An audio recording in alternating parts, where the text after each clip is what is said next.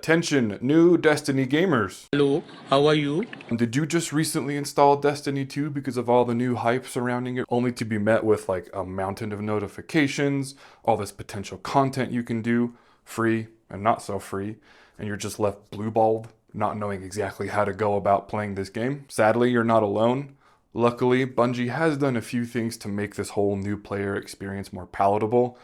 Still, there is so much to this game. There is an entire video to be made on just armor and stats and how to get armor with specific stats that you want. There's a whole videos on weapon crafting, on lost sectors. It's a lot. My goal with this video is to help you little nerds understand at least the absolute basics of this game to get a good baseline. If any veteran players watch this and I miss something, help our new friends out and mention it in the comments. Maybe if I miss enough, I'll make a follow-up video, which I probably will miss a few things because I have square brain. But before that, I just want to say, if you notice my green screen looking like crap and all the fuzzy stuff, that's just gonna be there. I am too lazy. I don't have time. I'm too impatient to go through and fix it all. I move around too much. If I can get past my perfectionism, you can look past it too, right? Thanks, love you. To start off, let's talk about your character. Hunters. And let me see what you have. No! Canonically, you're the too cool for school guys, the edgelords, the Kyles, the "it's not a phase, mom" class. You prefer the quick, get in, get out, flashy kind of play style, using throwing knives to dispatch enemies or smoke and invisibility to get out of a dicey situation. Titans. Do you like punching things? Do you like your character to be canonically known as a himbo? And most importantly, what flavor of crayon is your favorite? Titans are the Chongsum class that likes to be in the front of the fight. You're big, you're strong, you want everyone to know where you are on the battlefield. Warlocks. Nerd! Canonically, you are the nerds. Deal with it, but you feel superiority over your rabble-rousing peers as you deftly float above the battlefield, throwing as many miniature suns as possible. You also gain a very sick satisfaction hearing your teammates beg for a healing rift or a well of radiance. All of these classes are very fun in their own way. Obviously, the main draw to play one or the other is the super abilities. I'm not gonna go too deep into that mumbo jumbo in this video, but if you want that, and you should, I would recommend going and watching It's Tizzle on YouTube. Homie goes very in depth, is extremely thorough, and is very informative with all of his content. He's got a series going over each subclass, their abilities, their fragments, the aspects, even the verbiage that they use. So if you really want to get a deep dive on that stuff, go check him out. Each class plays very differently, but you won't really notice that in your gameplay loop until you're able to nab yourself some exotic armor or weapons. Exotics are what can make this game so dadgum fun. You could have a great build that is super strong and really fun to play. You add and pair a really good exotic armor, weapon, or both to the build, and it becomes just this god tier kill everything build that is just non-stop fun. Exotic items infer that there's rarity for gear, white being common, green being uncommon, blue rare, purple legendary, and gold is exotic. If you ever have a random exotic drop in the world when you're playing, keep it and throw it in your vault. Even if you find out it's like a doo-doo butts roll or it's a crappy weapon that isn't used too much, hold on to it. You never know how the sandbox might change. For exotic weapons, just keep one of each. There's a few that you'd want maybe one or two of. You'll learn about that later. Just fill your vault full of junk. Dude, what's all that stuff you're grabbing? Tools! Tools! Duct tape, zip ties, and gloves! I have to have my tools! Everyone gets a 600, soon to be 700 slot vault to store weapons, items, and other things in because your character has a limited amount of inventory space. Bungie did make it so you can access your vault while in orbit, which is great, but I'm pretty sure most people just use DIM still, Destiny Item Manager. Whenever DIM isn't working, which is rare, it's like severe first world problems. It's so much harder to play the game for some reason. DIM is just a free web-based tool that acts as your vault, but from here you can literally drag and drop things from your vault and other characters onto a character you're currently playing. Let's say you have a gun on your warlock that you really enjoy, you think it would do really well with a Titan build you've got rocking, so legit just drag and drop that sumbitch onto your Titan and start tearing some alien GP. Stats.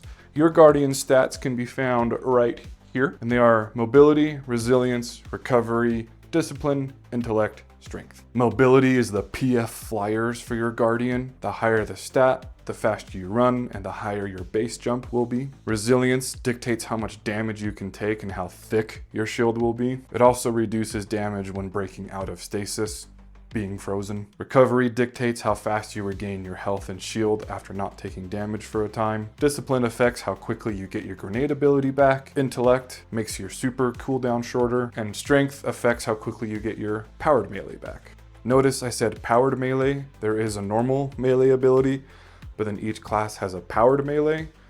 Go into your settings and hotkey these to 2 different things. If you don't, sometimes you'll be fighting, you'll want to use your powered melee, but it defaults to your normal melee and it's weird, so just do that. It's very helpful. Now, all of these stats are very important to get as high as possible, some specifically more than others. Like on hunters, you want to focus on mobility. Why? Because the higher your mobility stat, the quicker you get back your class ability, your hunter dodge. And a good hunter build generally focuses around having your dodge up as often as possible. The same goes for titans and resilience. Having a high resilience gets your barricade back sooner, and for warlocks, it's recovery, you get your rift back quicker. The stats start at 0, tier 1, and go all the way to 100, which is tier 10. It's not recommended going above 100 on any given stat because you'll get no additional benefit for doing so. How you increase these numbers is with armor and armor mods. Every piece of armor that drops will have a random roll to all of these stats. Now direct your attention to this number right here. The numbers, Mason, what do they mean? This number is your overall light level, your power, and that number is an average of all of your weapons and armor's light level. Can also be affected by something called the seasonal artifact. More on that doodad later. To increase the light level, just find gear that has a higher light level than what you're currently wearing. If you have a chest piece per se that has really good stats but a lower light level than something that just dropped, equip the better light level thing for now, but hold on to that chest piece with the high stats, and once you get materials to infuse, you can take your higher light level gear and put that number on another piece of gear that you want to keep. And I'll talk more about materials later as well. Getting your light level higher, quicker is probably a bit more important so you can access the harder content that's in this game. Lucky for you, Bungie added this cool little chest to past seasons and this current season called the Gift of the Thunder Gods. I would highly recommend going and pulling everything from this chest. You'll get 2 exotics, armor and a weapon, a full set of armor, and a bunch of weapons at the current pinnacle light cap, which is 1810. That'll put you on the same level as everyone else that has been playing this game for a while now. So I would grab that gear, lock it so you don't accidentally dismantle it or infuse it with something else. This is honestly a big game changer for new people coming into the game. Now, if you have a keen eye, you're probably thinking, but Greg, your light level is higher than 1810, but you just said that was the highest you could go. The seasonal artifact, that's how. This thing changes every season, but generally it has 2 functions. One is to help increase your light level. To increase your light level with it, play the game. Just earn experience and it'll start adding numbers to your light level. The second purpose is to give you some neato mods that can really affect what builds are really strong during the current season. In the current season, Season of the Wish, the seasonal mods make solar builds stupidly strong, but next season it could be a total different story.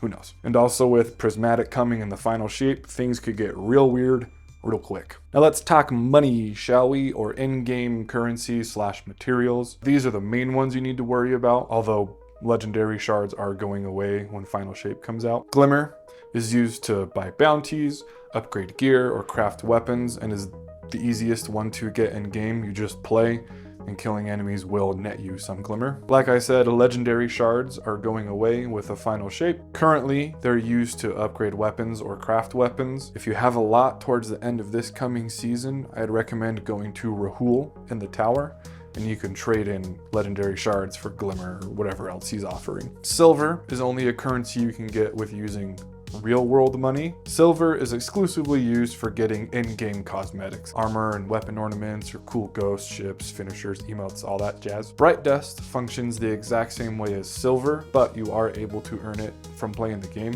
just at a slower rate than Glimmer. There's whole guides on YouTube on how to farm this stuff, so go check that out if you so please. I don't got time for that. Now, these materials are very important to have because they are essential in upgrading your gear to its highest potential. In ascending rarity, it goes enhancement cores, upgrade modules, upgrade prisms, and then ascendant shards, aka golf balls. You can only get these materials from doing in-game activities. Harder difficulty activities net you the more rare materials. Most of the harder difficulty activities in this game don't have in-game matchmaking, so you have to use the in-game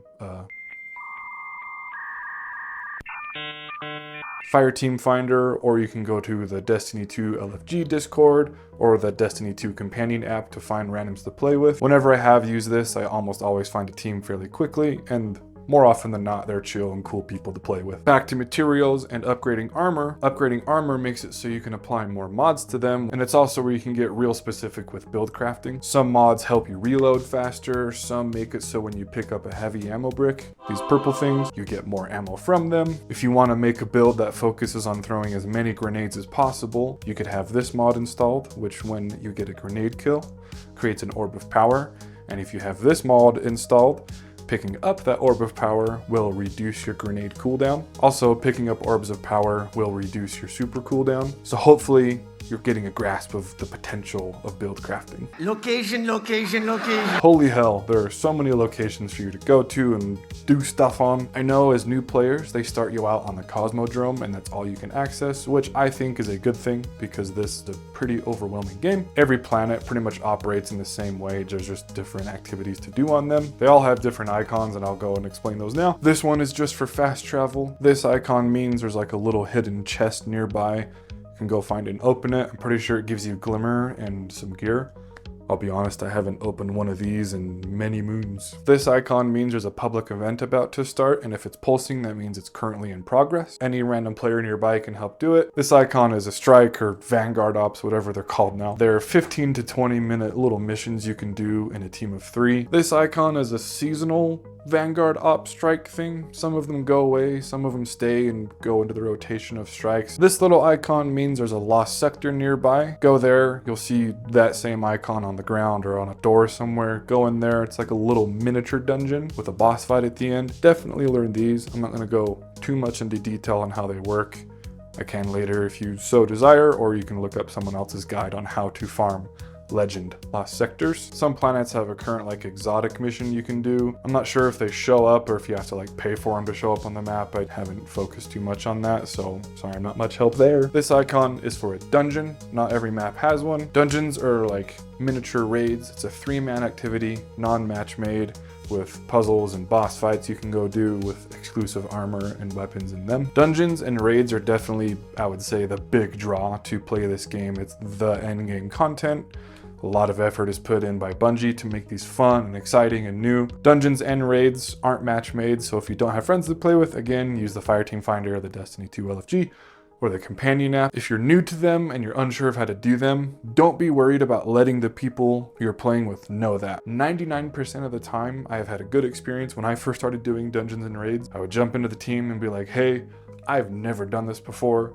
Super new to it. I've watched a couple other guide videos on it, but for the most part, I'm a complete noob. 99% of the time, people are cool with it. There's always at least one person that's like, I'll teach you everything you need to know. Life's good. Do the raids, do the dungeons.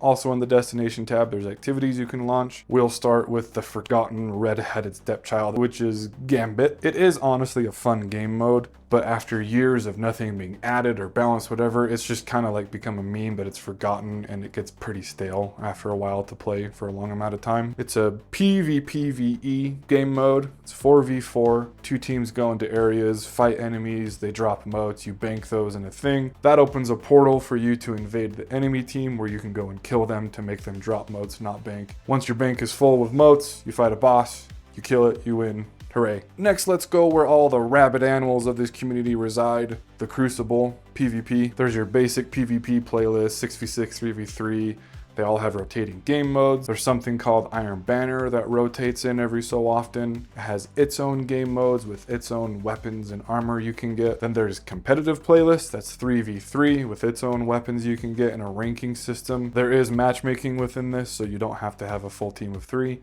If you feel confident in your skills as a PvP player, knock yourself out. And then there's Trials of Osiris.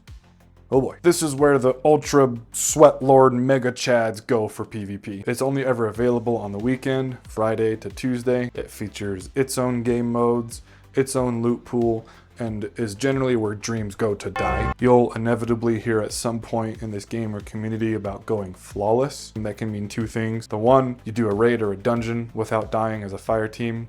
The other one, in Trials, means you won 7 matches in a row without ever losing. If you are able to go flawless, you go to the Lighthouse where there's exclusive gear and weapons. Typically the best weapons for PvP stuff reside in the Lighthouse. There's also arguably some of the coolest looking cosmetics. If you're really confident in your PvP skills and you're able to figure out Destiny's madness that is PvP, knock yourself out, go have fun, just enter at your own peril. I personally like to spend most of my time here or doing raids. You know, the actual fun content away from the whiner baby thumb sucking PvP player. Nightfalls have 3 difficulties. Hero is the only one that has in-game matchmaking. And then there are Grandmaster Nightfalls, which is the hardest version of a Nightfall you can do, but it has the best rewards, obviously. You have a high chance of golf balls dropping, of exotic armor, and just other good gear and weapons. And on weeks where it's a double Nightfall drop, so much loot. I'll be having that. And I think that's it for now. I don't know, like there is so much. Hopefully I covered most of it, gave you a decent understanding of the basics. Please feel free to ask questions in the comments. I'll read them, I'll answer them. If I need to, I'll make a follow-up or go a bit more in depth in some areas. But regardless, thank you for watching, really appreciate it. Go check out my raid guides if you're wanting to get into raids. I will be making more. I just haven't been able to raid a lot lately because the team I raid with has stopped playing Destiny for a bit, which is fine. Guys, please come back. I miss raiding. Sorry about that. Love you, bye.